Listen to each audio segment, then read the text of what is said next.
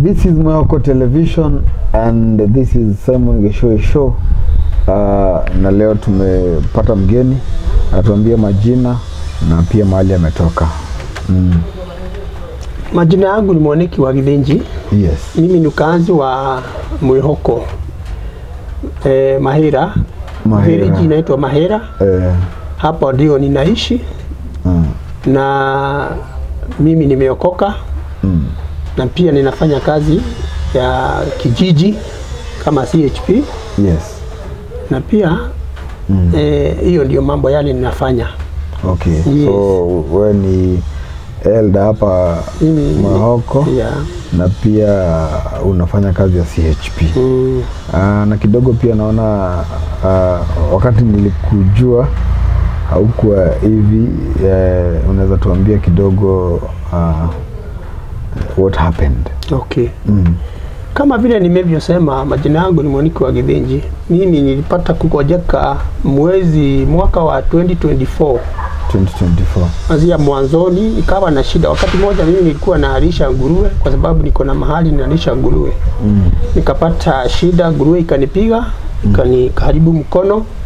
Alafu baadaye nilikuja kuangalia ilikuwa Januari mwaka huo tu, lakini hiyo nikapona. Toward the end of the year ikiendelea nikaanza kusikia ninatembeanga na baiskeli, nikaanza kusikia mguu haina nguvu, sitembei vizuri.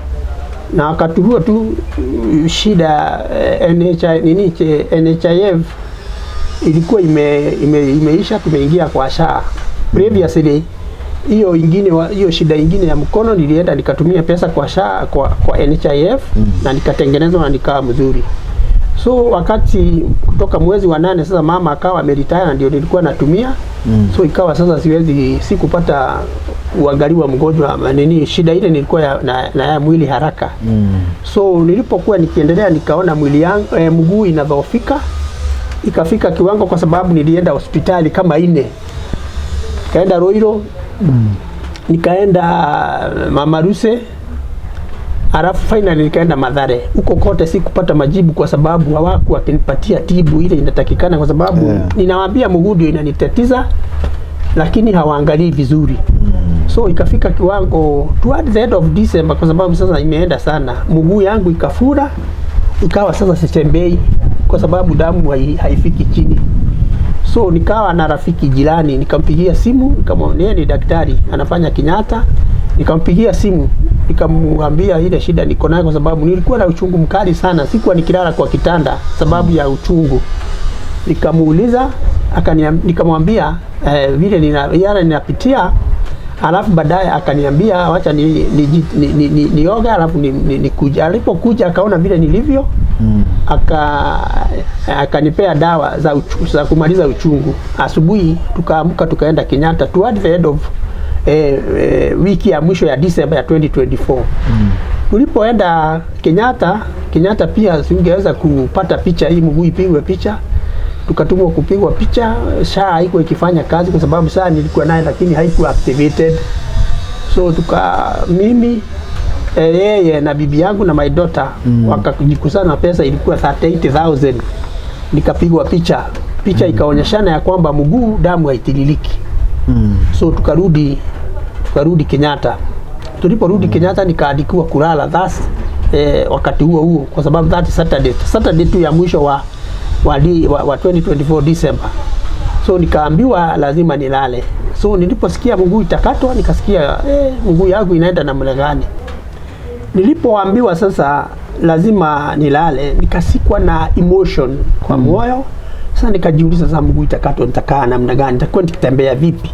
So nikaambia daktari wacha nikuje Monday. Daktari nikaandika memorandum ya kuniambia kwamba chochote kikienda kifanyike kwa sababu umekataa kulala sasa ni juu yako. Ilikuwa Saturday. So nikasaini kitu kwa sababu nilikuwa nimesainiwa kwenda ward immediately. So nikarudi nyumbani, nikapata marafiki wakanisaidia, wakanipatia mawaidha. Nikaambiwa kukatwa mguu sio, that is not the end of the life.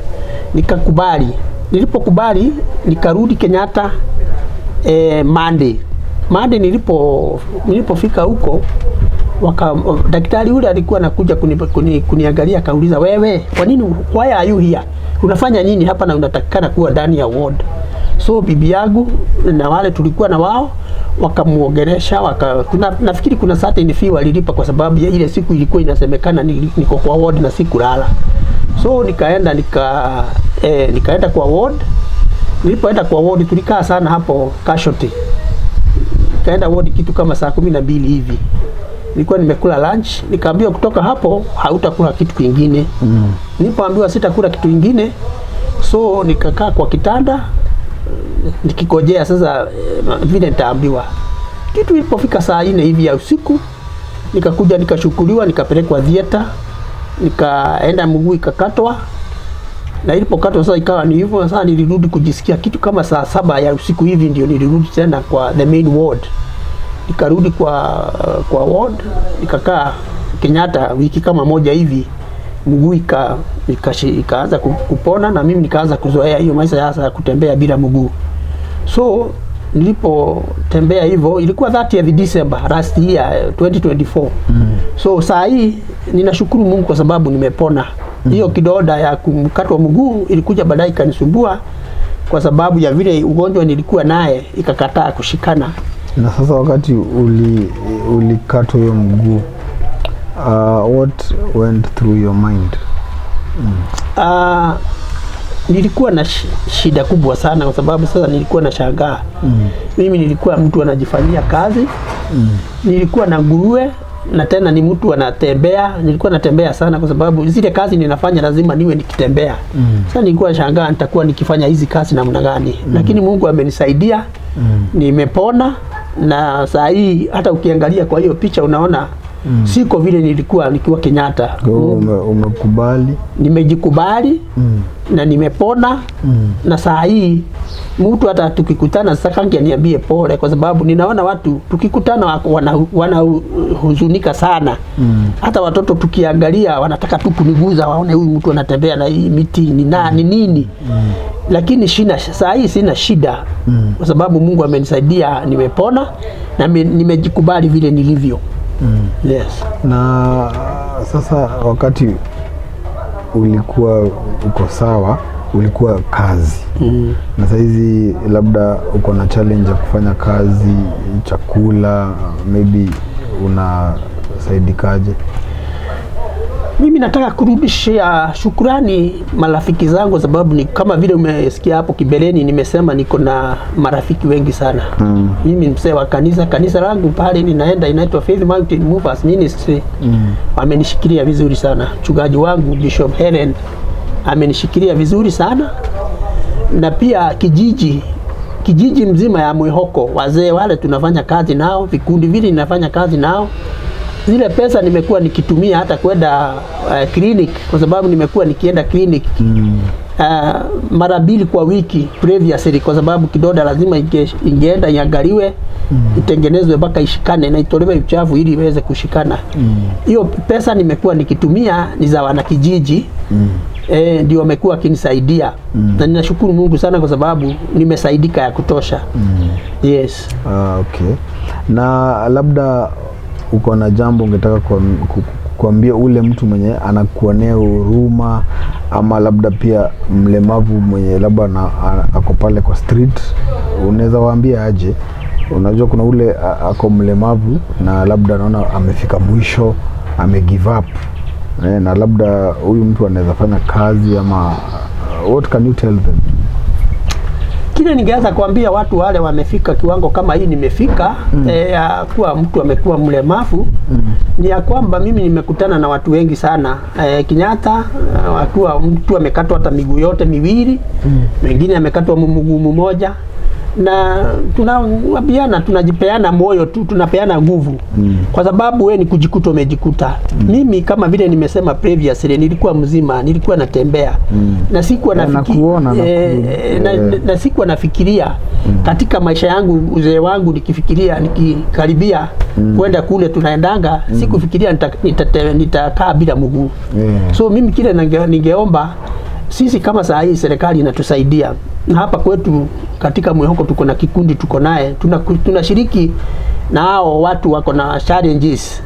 Wengine PWD ni wa mama wako na watoto wako na shida, na tunapatiana nguvu na tunapeana moyo huo wa kuendelea, sio kusononeka. So tunapeana hiyo moyo wa kusaidiana, na tumekuwa tukisaidiana na maisha inaendelea vizuri sana. So ningeambia mtu ukiwa na challenges ni kuomba Mungu tu. Mara nyingine unadharauliwa, unakaa watu wanaona kama umekuwa nini mzigo kwao. Lakini nashukuru kwangu mimi nimepata msaada, especially kwa maisha yangu, nimepata msaada kwa bibi yangu na kwa familia yangu, amenisaidia vizuri sana. Siwezi hata ukiniangalia hivi uwezi ukaona kama ni mtu amekaa vibaya, kwa sababu mimi ninakula vizuri, sina shida. Yeah. Okay. Na labda uko na wale ulisoma nao shule, kuna wale marafiki wa kitambo wenye labda hawajui ulipata huu ugonjwa, unaweza waambia aje? Na pia your neighbors. Mimi kile ningeweza kuambia marafiki yangu wale tulikuwa tukisoma naye, mimi ni mtu amesomea Orolaiza High School, na nilikuwa CU chairman huko. Yes. Na nilienda huko juzi tukakutana na wengine, wakaniambia what happened, nikawaambia vile shida yangu nilipata. So wakaniambia sawa, pole sana, lakini tuambie vile tungeweza kukusaidia. Kwa hivyo kuna wao waliniambia watanisaidia. Pia familia, kuna wao watu wa boma yangu, watu wa klani yetu, kuna wao watu tuko na wao, nao pia tukapatana, nikawaambia vile ni mambo yangu vile ilivyo. Na wakaniambia wewe ukipata njia ya nini vile ungetaka tusaidie, tutasaidia mahali tutakavyoweza. Yes. Sababu saa hii nimepona na imefika kiwango sasa, sababu ni mwaka mzima, is a whole year now since mguu yangu ilienda. Na ningetaka sasa kuanza kufanya biashara. So unatania kufanya biashara aina gani? Already nimeona kama vile unavyojua PWD tuko na msaada mingi tunapatanga. Mimi nilikuwa nikifanya kazi ya kupiga picha previously kule kwa NYS. Na nilikuwa nikipata pesa huko kwa sababu nilikuwa nikipiga picha. Although kulikuja kukaharibika wakati digital ilikuja na kukawa kuna mtu sasa nitakii mema, nikatoka kwanza, ikawa sasa sifanye hiyo kazi huko. Na so kile sasa ningetaka kufanya ni kazi ya hiyo tu ya kusupply vitu, kwa sababu ukienda uulize mazi kama sasa kuna kazi kuna mahali nimeenda nikauliza kazi, nikaulizwa kama uko na registered company. Nikamwambia hapana. So already nimefanya registered company na iko on the process kwa serikali. Kama vile unavyojua sasa kila kitu lazima kiende katika hii citizen, ili alafu jina litolewe, litoke na certificate itoke. Ikishatoka nitaanza kufanya kazi, kwa sababu sasa hiyo kazi ukienda naye utaenda everywhere. Kuna hiyo kazi inakuanga 30% lazima iwe ya watu wale wako PW ama people wale wako na challenges. So mimi nina imani ya kwamba nikianza kufanya hiyo sitakuwa na shida hata kidogo, na nitasaidia mama kile ananisaidia naye kidogo, na mimi nitajisaidia. Tuone maisha vile itakavyoenda. Yes. Na sababu umeishi Mwehoko almost 20 years. Mwehoko mahali tumetoka na saizi mahali tuko, unaweza ambia aje wana Mwehoko kuhusu vile kuko maendeleo nini mambo kama hiyo?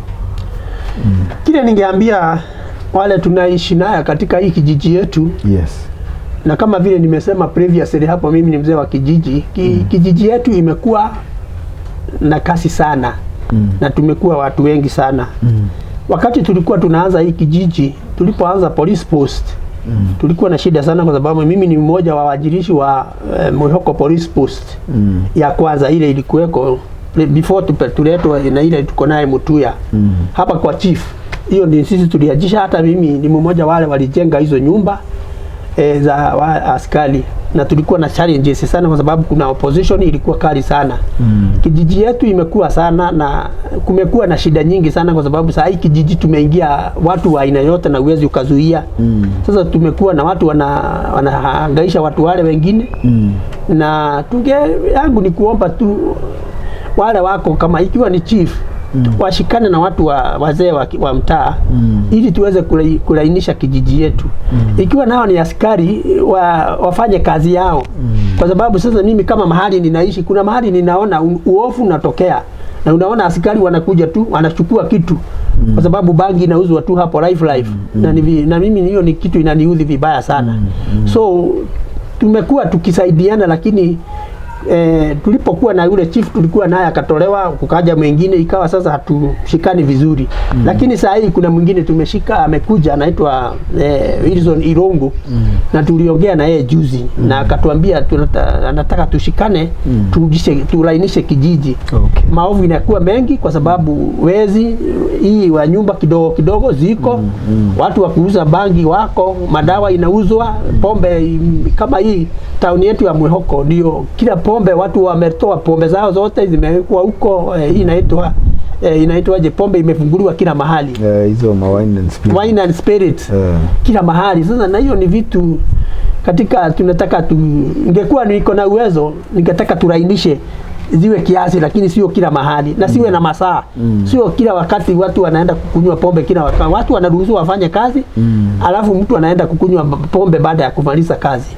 Yes. Na labda sababu si kwa kupenda kwako kuwa member wa PWD, Persons with Disability, wakati uko pale unaona PWD inasaidika ama wanaumia, ungewatetea aje? Ungesema wana Mwihoko wawasaidie aje? And the number wako wangapi? Katika Mwihoko tuko watu wengi sana PWD. Tuko na wamama, tuko na wazee, tuko na kila mtu hapo kwa PWD. Lakini tunajikusanya hapo kwa sababu tunataka kuanzisha mradi itakuwa ikitusaidia.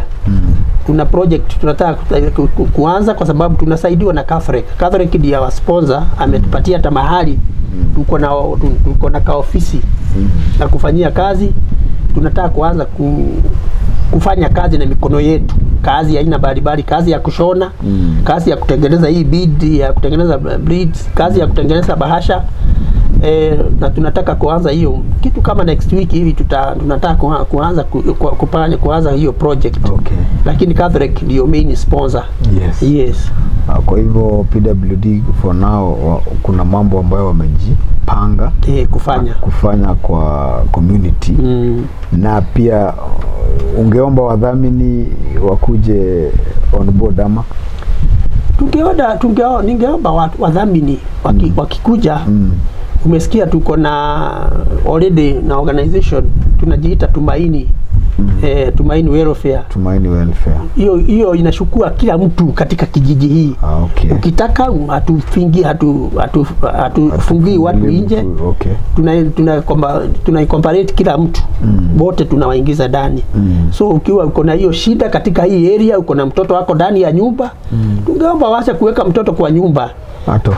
Atokele aje saidike, kwa sababu hapo watoto ikiwa ni wale watapelekwa shule, watasaidiwa wapelekwe shule. Ikiwa ni mama yake atasaidiwa kwa sababu yeye ndiye mlezi wa huyo mtoto ako na shida. Yes. Nashukuru sana Bwana Patrick kwa hiyo story, wakati ulikuwa uko sawa na pia wakati huu na umeshajikubali na maisha inaendelea. Tunashukuru sana na Mungu endelee kukupatia nguvu, na maybe kidogo ungepatiana namba yako, ndio labda kukiwa na mtu pale angetaka support ama kuja kutembelea mkaji hapa Mwihoko ama mkaji wa pale nje ya Mwihoko, tupatie namba. Kama vile mmevyosikia kwa story yangu, mimi naitwa Patrick Mwaniki wa Githinji na nimejieleza kwa story yangu vile nilivyo. So hii ningetaka sasa kuambia wale wanaona, marafiki yangu, watu wa familia, wale wameona hii video ya kwamba waliniambia niweke nini namba yangu, wanaweza kunisaidia, kwa sababu hata ikiwa tunasaidika kule kwa wakafre, kuna mambo yangu personal ningetaka kufanya, kwa sababu kuna vikundi nimekuwa nikifanya kazi nao na kuna fedha tunatoanga, lakini saa hii huwezi ukafanya hivyo kwa sababu saa hii sina pesa, kwa sababu ni mwaka mzima tangu nipate hii shida ya hii ugonjwa. Kwa hivyo namba yangu ningetaka kuipeana ya kwamba namba yangu ni 0721 890 989. Wacha nirudie tena, namba yangu ni 0721 89 0989. Hiyo ndio namba yangu. Ukitaka kutuma msaada on personal basis, unaweza kunitumia kwa hiyo namba. Na hata kuna watu tunakutana nao walijua nilipata hii shida lakini hawajui kwangu. Ukipata hiyo namba unipigie simu, utake tuonane, tutapatana na utanipigia simu, nitakwambia vile tutapatana. Mimi ninaishi katika kijiji ya Mwihoko, town ya Mwihoko, just behind kirabu inaitwa Galaxy. Nyuma yake barabara hiyo imeface upande wa nyuma Galaxy, hapo ndio kwangu. Ukipiga simu na nitatoka labda kwa nyumba dakika tu kidogo, tuje na tukutane na tuonane na wewe. So hivyo ndivyo ilivyo.